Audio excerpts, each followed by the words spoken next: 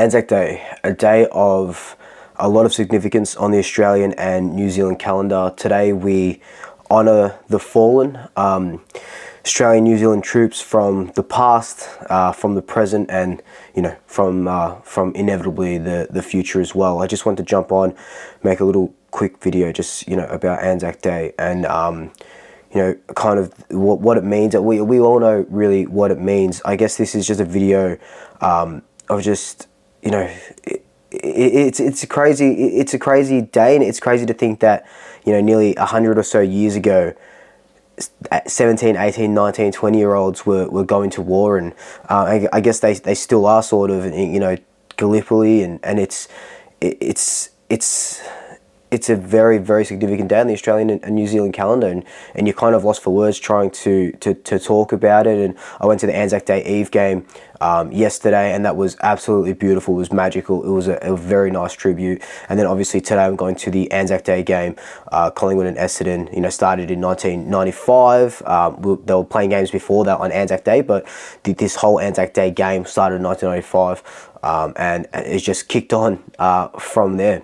As much as we like to say that, we've got warriors on the field, and I always call Taylor Adams a warrior, or Nathan Murphy or a warrior and stuff like that. Yes, football field, they're definitely warriors, but, to be 17, 18, 19-year-old in 15 or so, to go and stop playing football, stop being with your loved ones, and go to a war on the other side of the country is absolutely...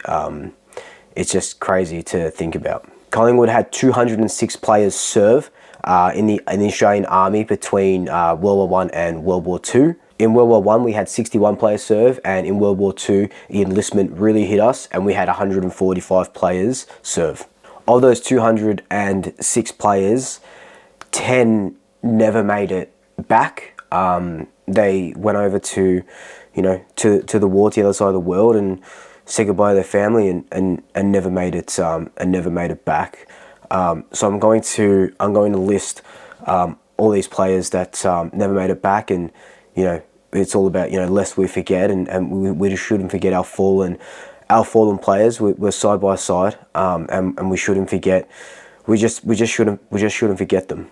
Alan Cordner played 20 games between 1913 and 1914. And he died on the first day of the Gallipoli landings, April 25, 1915. The others that were killed in war: Sam Campbell played 1 game, 1910. Fred Fielding, 17 games, 1913. Charles Langtry played 1 game in the 1900. Peter Martin, 15 games between 1901 and 1902. Percy Rowe, who played under the name of Paddy Rowan, played 82 games between 1911 and 1915. Tom Wall, 3 games in 1907, and Tom Wright, 12 games, 1906 to 1907. Now, those players that I just read out, those 8 players, passed away in the First World War. In the Second World War, of the 145 players that were enlisted to go there, only 2 wouldn't make it back.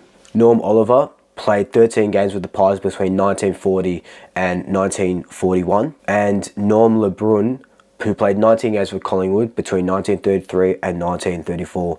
Norm would be the 10th and final Magpie to die during the war. And yeah, I just wanted to come on, and talk about them. And history never forgets. Reading all these articles throughout the week, it's all on Collingwood's history.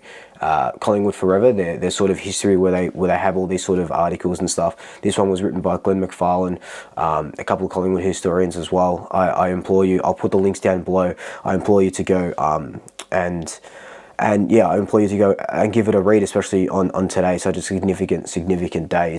This day is just more than football. In 1915, the football record, get your records, get your footy records, had this little note in an article, 1915, so this is, during World War I.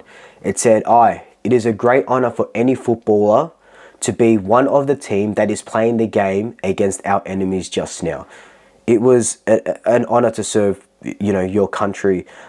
Players signing up when they weren't the right age to go and fight the good fight, and yeah, again, I'm kind of lost for words. I don't even know why I'm making this video. I just wanted to, I guess just give a shout out to the fallen soldiers and their families through the generations, and people lost fathers, brothers, grandfathers probably, to this war, and let's hope history never repeats itself. I'm not making this video, it's not a political sort of video or anything like that. I just, this day is so significant. And, the thing is that we've still got, not Collingwood players, but we've still got Collingwood supporters and just AFL supporters in general, or just people in general, fighting wars around the world. So, where I'm able to sit where I'm sitting, making this video for you, on the backs of people who died and went to war and helped Australia become what it is today. And it's crazy. It's crazy to think about. But look, I hope you enjoyed this video. I hope you learned a little bit. I'll put all the links down below. Sorry that it's a very dour video on a day like this, but I just felt like I woke up this morning and felt like I had to make it before I leave to go watch the netball and the boys. But thank you for watching. Love you all.